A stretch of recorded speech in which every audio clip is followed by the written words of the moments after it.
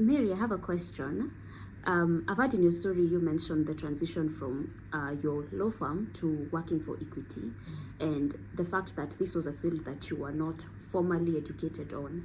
So I'm very curious about the steps that you took to educate yourself and the value of informal education. Was there, how did you know all this would be possible, or you just had a desire to better yourself?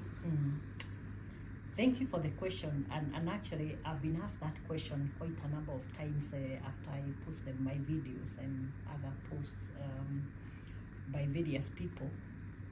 And it, you know, when we do career transition, because moving from my legal firm to the bank was a very major career transition.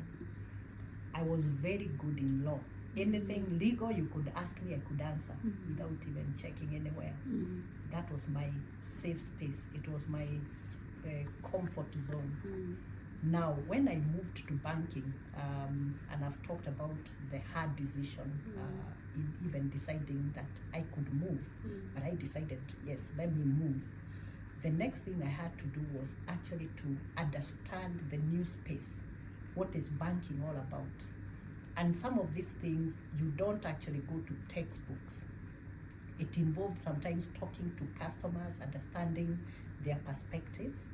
It also required me to read and understand the annual reports of the business, or the reports that were being filed with the regulators, because there are some regulatory requirements, especially for banks and other regulated institutions.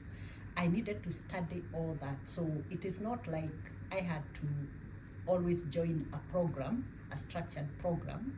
A lot of the information I got from other sources. I mean, I would go to journals, I would read about, even in the newspapers, there's a lot of information, business section, which gives me a lot of information about how the market works, how people compete, how the market is performing, what is so critical.